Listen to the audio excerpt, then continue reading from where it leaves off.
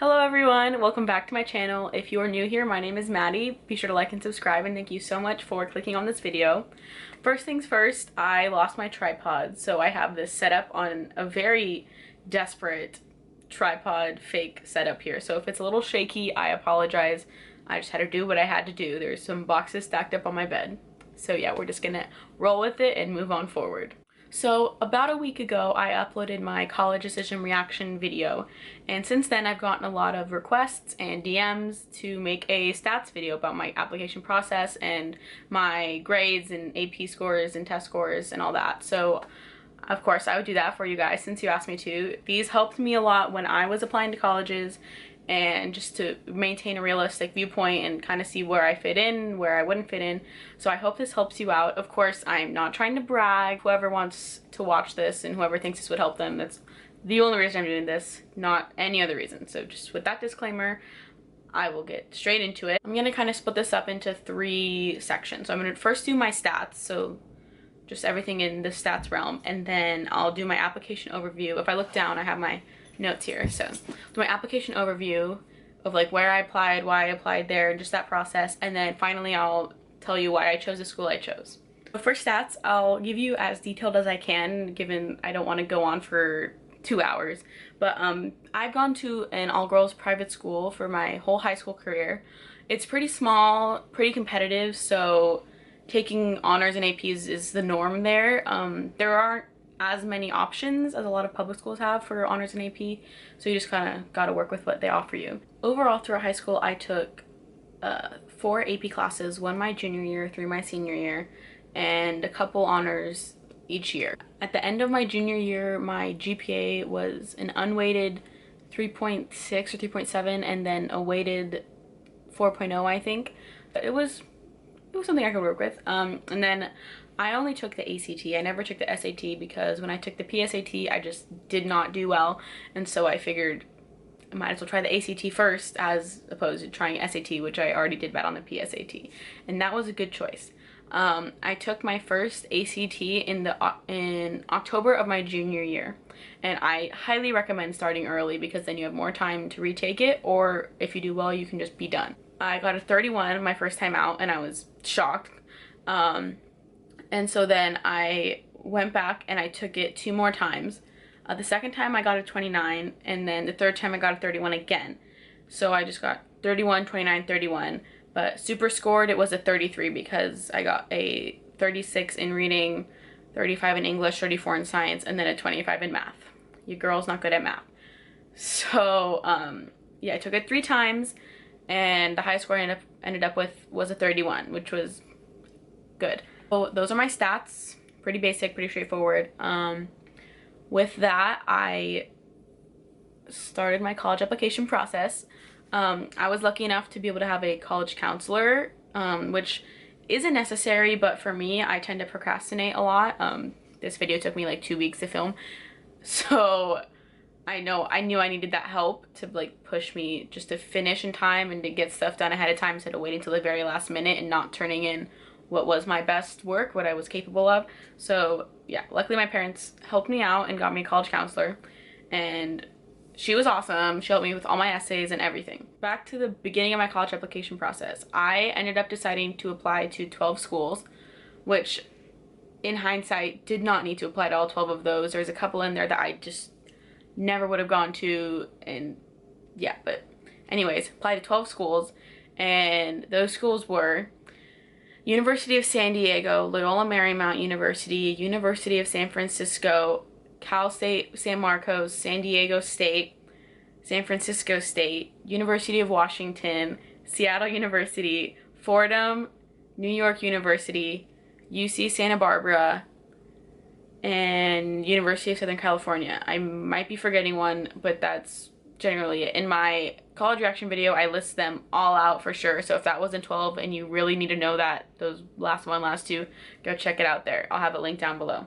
Out of those 12 schools, I got into 10 of them. The only 2 I didn't get into were USC and UCSB, which no surprise there. I got into all the schools I thought I would. I even got surprised I got into UW and NYU, so that was great.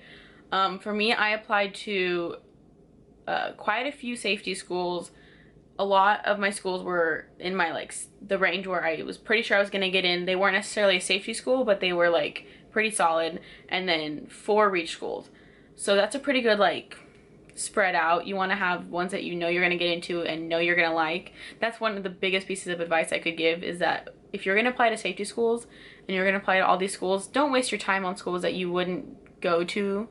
Like, if you're going to spend $50+ on that application and you're going to write however many essays to that school, just if you don't see yourself there in any way, shape, or form, don't bother applying. It's not worth it.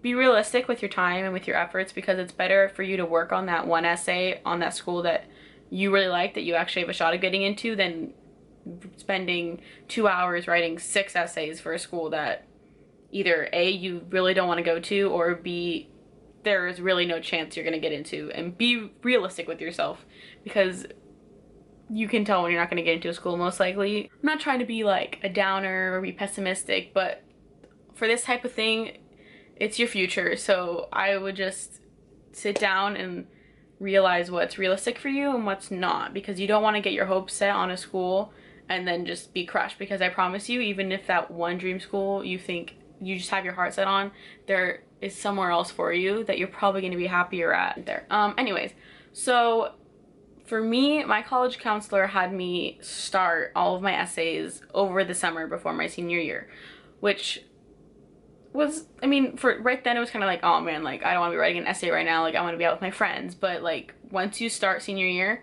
you get so busy. It was so nice to have all those essays done. So basically I wrote all my essays, did all my stuff. I was done applying to schools by mid-November. So even if it wasn't due until like January or December, I just turned them all in by November. So I was done and I was out, and it was so nice that I could just enjoy the rest of my senior year and not have to worry about all the applications, doing stuff at the last minute. So if possible, I would recommend getting them done as soon as possible. That's what I tell all of my junior friends. Persevere through it, push yourself through it, and just get it done. Because once they're done and you just click that button, you're good to go. Definitely set goals, give yourself rewards, just get those essays in, get those essays done. And another thing is to have as many people as possible proofread them. Not your parents. Don't have your parents proofread them. Have someone like your English teachers, any teachers really, any of your friends that are good at writing, even just your friends that aren't good at writing, just have them read your essays and make sure they sound like you, because those college counselors, all they see all day is a bunch of numbers and a bunch of statistics, and it's all gonna blur together in their head. But if you can write that essay, and if you're a funny person, you can make them laugh, or if you're an amazing writer, just like tell this awesome story, or just anything that is unique to you, that will leave a lasting mark. And I'm sure some people have told you this, but definitely just have as many eyes on that essay as you possibly can, because there are things in there that you might think are good and someone else could read it and it's not good. So definitely just as many people as possible to read that essay, because that is a very important thing in your college application. The next thing I kind of want to go over is why I applied, where I applied, and basically what I was looking for in a school. This is also very important for you to figure out pretty early on, because obviously you need to figure out where you're applying before you can actually start your applications, and you can't figure out where you're applying without knowing what you want in a school. So for me, I knew I wanted to either stay in California, or it was either California, Seattle, or New York. Like there was nowhere else for me basically. I'm from California. I've lived in Southern California my whole life. It's a great state. It's a great place. I love it. Some people don't. Some people it's not for them, but I'm a California girl through and through. So I kind of knew I was going to end up in California. A lot of the schools I applied to out of state were either free applications, or just like NYU was like a dream school, you know, like Gossip Girl, that type of thing. Mainly what I wanted, I loved the beach, so I wanted to be by the beach if I could. I love cities, so I wanted to be by a city. Definitely not in the middle of nowhere. That was a big thing for me. I needed to be near a Target, near a mall, near something I could do, you know, for fun, not in the middle of nowhere. I also was looking for a school that wasn't too small. I know I ended up at a kind of a smaller school, but definitely like on the medium-ish side of the smaller range, I guess, because I come from a really small school, so I wanted something that wasn't somewhere that I would just recognize everybody all the time. I wanted a little bit different, but I also didn't really want a school where I wouldn't know anybody and I would have a hard time getting my classes. So that's I know I did apply to some like really big schools, but obviously didn't end up there. So I wanted a medium-sized school. I wanted somewhere that had a really good study abroad program. That's one of the number one things I looked at because I want to study abroad so bad.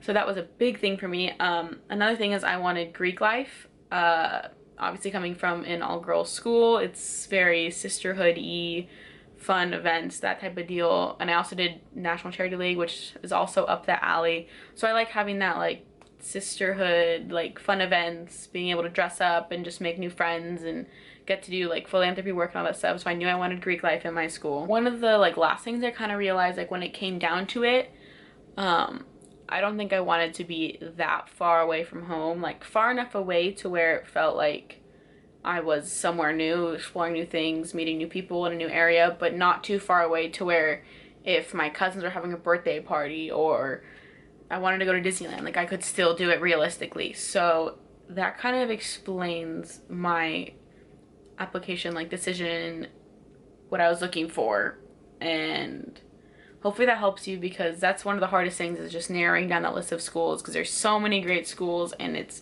so hard to help someone else because everyone's looking for something different. So just be sure to be confident in what you want, and you can apply to a bunch of different types of schools. Like I know I applied to a bunch of different types of schools. I applied to like small private schools, I applied to bigger public schools, I applied to like everything in between.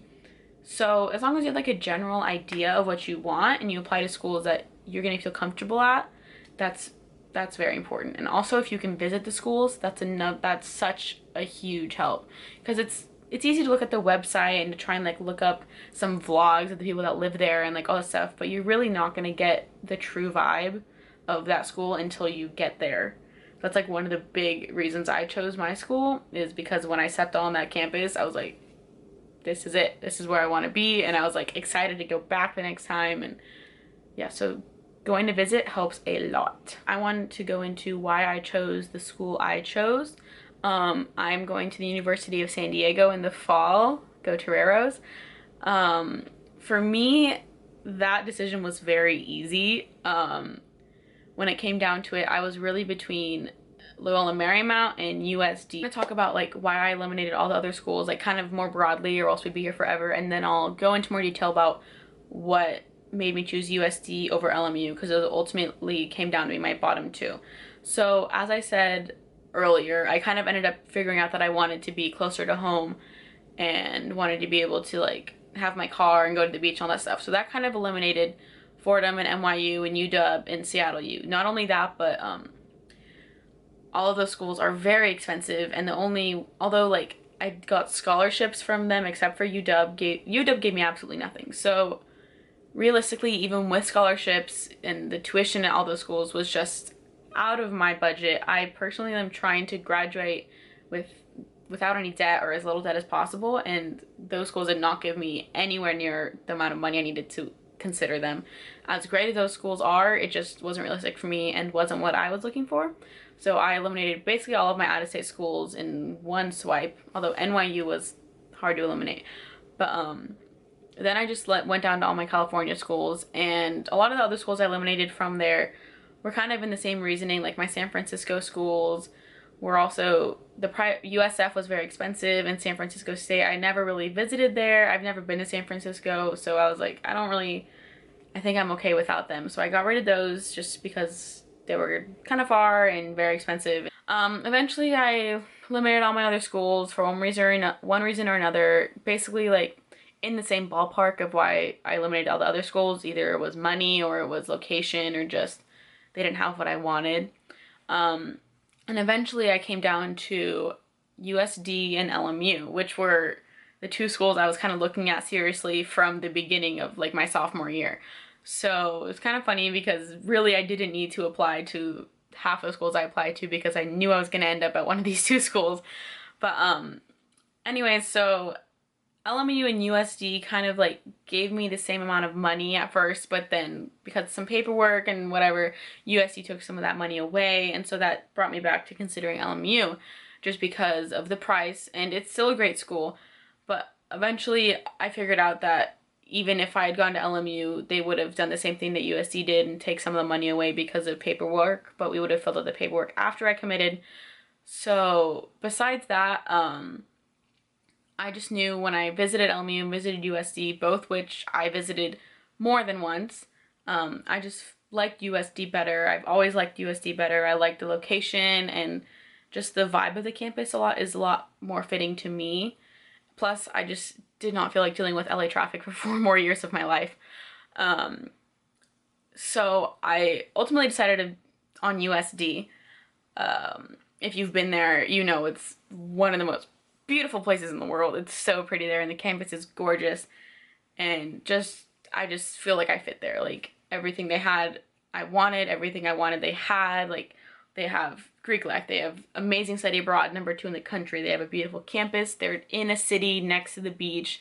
They have countless numbers of clubs and organizations I can join. They have like a dance team, a dance company, dance classes I could just take. They have great food, and it's only a 2-hour drive from home, so I can go to Disneyland. I can come visit my dog. Like, it was like literally perfect. So for me, I was very lucky to not have a very hard decision.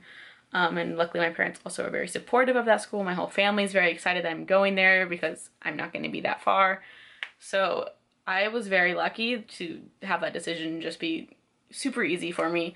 I know a lot of people it's not that easy, and so I realize that, and I hope that me talking through my process a little bit helped you out. Of course, if you have any questions, feel free to leave them down below or DM me on Instagram. I'd be happy to answer them. I know this process is very tedious and can be very confusing, especially when you want one thing and your family wants another thing and your friends want one thing.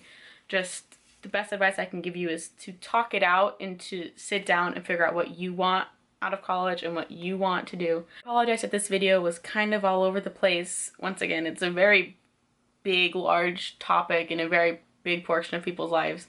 Just trying to cram into a few minutes of a video. So thank you so much for watching. I hope this helped, even if it just helped a little bit. Be sure to like and subscribe, and to check out my college reactions video as well. I will have it linked down below. I do plan on doing a lot of vlogs over the summer and doing some vlogs in college of my time at USD. So if you're interested in that, please be sure to like and subscribe once again, and thank you so much for watching. I'll see you next time.